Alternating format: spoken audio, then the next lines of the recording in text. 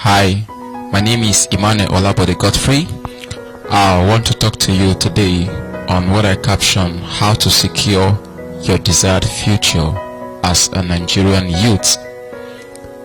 However, I would like to begin this talk by first bringing to your notice where the youth missed it. Prior to the discovery of oil in Nigeria, as far back as the colonial era, the major occupations of Nigerian citizens were agriculture, among which includes farming, fishing, animal husbandry, livestock, etc. Some other people were also involved with crafting, blacksmithing and carving of wood, among others. At that time, every household has a particular trade unique to them in the community. For example, some families are mainly into fishing. Their children grow up to continue it, and even their great-grandchildren. Likewise, those families into farming, blacksmithing, etc., which implies that households were basically into entrepreneurship businesses. Although agriculture was the major backbone of Nigerian economy at the time. When crude oil was discovered at Olubiri in Rivers State, Nigeria in 1956, this brought about a paradigm shift in the history of agriculture, the activities of craftsmen and women, and also entrepreneurship development. The extraction of crude oil brought much foreign exchange to Nigeria than agriculture, and as a result, the Nigerian government were able to create new jobs, import foreign goods, and bring in foreign experts for professional services. This necessitated the massive influx of rural youth to urban centers in search of well-paid jobs, and finally everything about entrepreneurship development became a thing of the past in Nigeria.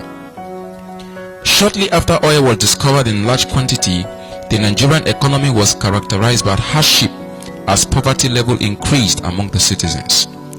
This pathetic situation was consequence upon unemployment resulting from the massive influx of youth from rural areas, leading to having more people than jobs available and high standard of living in the urban centers.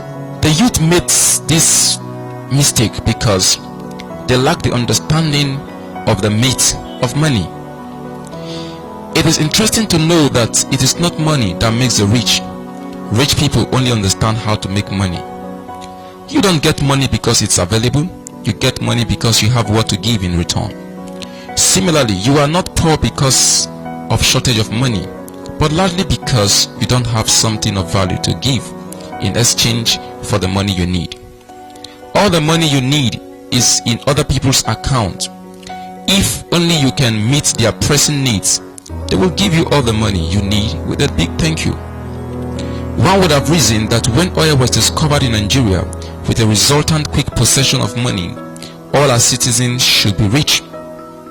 Ironically, just few years after discovery, poverty struck the land. This simply explains one thing, that money is a reward you get for the value you create. Many of the youths who left the rural areas to the urban areas went with nothing to offer. If they have taken their family businesses such as farming, blacksmithing services and products to the urban areas, there would have been a market, that is a common ground of exchange. But they only heard that there was money in the city, so most of the youth left the village, running to the city with little or nothing to offer. Their case was similar to the proverbial fisherman who went to the river without his fishing net or hook. I wonder how he went to catch a fish. Unemployment struck Nigeria as a problem when the youth abandoned entrepreneurship in search of white-collar jobs. Hence, the way out of this problem is to return back to entrepreneurship. Thank you.